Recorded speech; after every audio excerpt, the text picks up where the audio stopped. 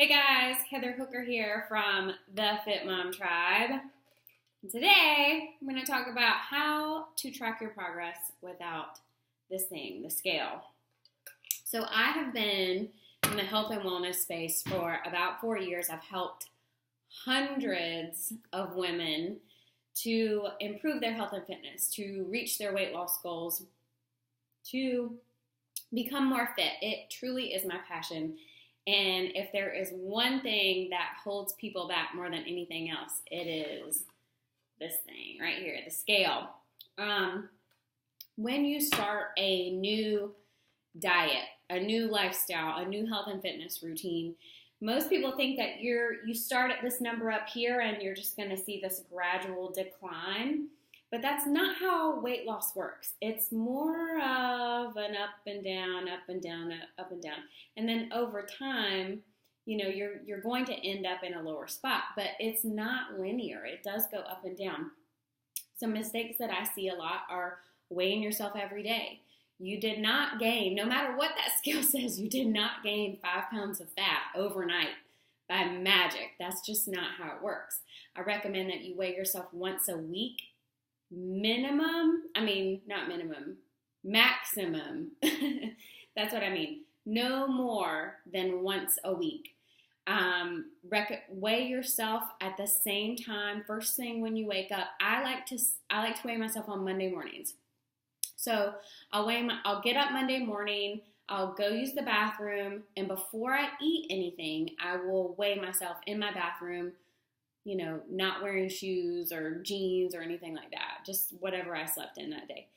That is a more accurate representation of how much I weigh than weighing myself every single day. Or I've even seen people weigh themselves throughout the day, which is crazy to me. Don't do that. That will keep you from getting where you want to go ultimately. So instead of scale obsession, focus on the acts and the habits that are going to get you to your goal. So I'm going to talk about 5 ways to track your progress that do not involve a scale. So number 1 is progress pictures. Does anybody use one of these anymore? This is called a camera for young people. Progress pictures. So you want to take, anytime you start something new, you want to take pictures of yourself in a sports bra and, shorts or a bathing suit, whatever you feel comfortable with. You don't necessarily have to share these with anybody, but you want to be able to see your body. You want to be able to see the changes that are happening. I recommend front, back, and side. So progress pictures are great. Number 2 is to use a tape measure. We're going old school today, you guys. A real legit camera. You can use your iPhone, I'm just playing. And a tape measure. So where you want to tape measure yourself. Let's see if I can stay in this frame. Nope. All right, so you're gonna want to measure yourself around your bust, your natural waist, your hips, around each bicep, and around your thighs, which you can't see, but around both thighs. So you record all of those measurements, and then you are going to just track them. So once a week, every week, on Monday mornings when you weigh yourself, keep your tape measure right there in your bathroom beside your scale, and you can just quickly, you saw how quick that took me. It took me 2 minutes. Quickly see where you're at, keep a little notepad or keep it in the notes of your phone, and measure yourself, because some fat weighs more than muscle. So if you are losing fat, but you're also building muscle, the scale is not going to change at all, but you're going to see the difference in your measurements because you're going to literally shrink.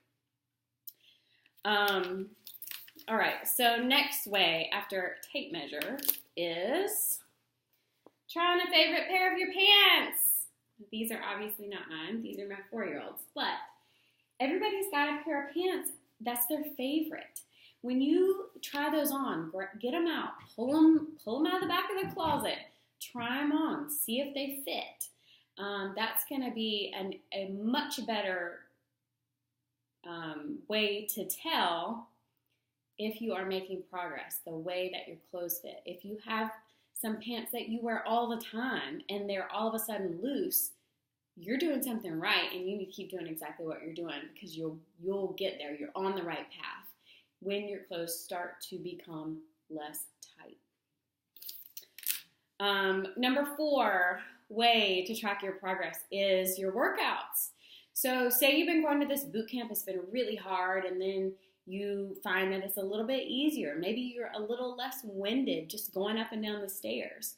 Maybe you have some extra energy and you can go for that extra lap around the neighborhood, whereas you used to, only be able to go through your cul-de-sac.